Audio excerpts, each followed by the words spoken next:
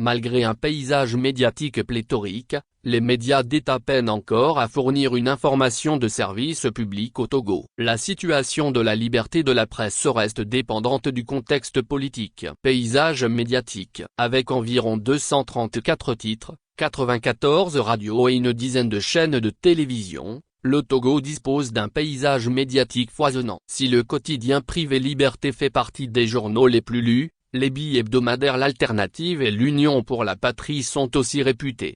La télévision la plus suivie reste la télévision togolaise, TVT, la seule chaîne de télévision d'État. Malgré ce paysage médiatique abondant et l'apparition de nouveaux médias d'information en ligne, rares sont ceux qui fonctionnent en toute indépendance des forces politiques. Le quotidien Liberté a déjà fait l'objet d'une suspension d'1 mois, en 2023, et le journal d'investigation indépendant, L'Alternative, a déjà été obligé d'arrêter temporairement ses activités, et reste dans le viseur des autorités.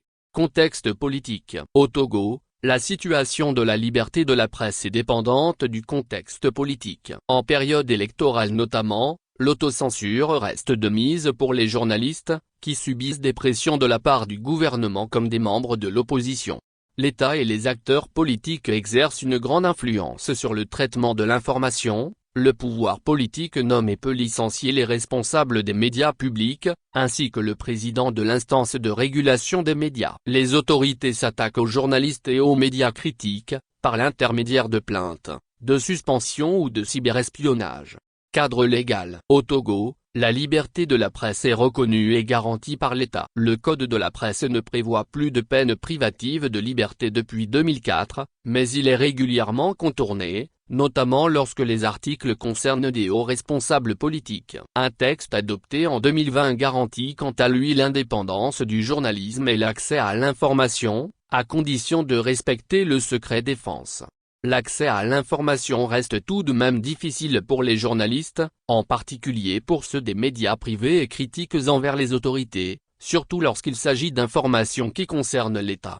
Contexte économique. Au Togo, les médias sont confrontés à d'importantes difficultés financières. Ces contraintes économiques favorisent la corruption et empêchent les médias de fonctionner de façon libre et indépendante. S'il est aisé de créer des médias en ligne ou un journal, il est bien plus compliqué de lancer une radio ou une chaîne de télévision. L'Observatoire togolais des médias, autorité morale qui équivaut au premier niveau de régulation, ne dispose pas de ressources financières suffisantes pour être vraiment efficace.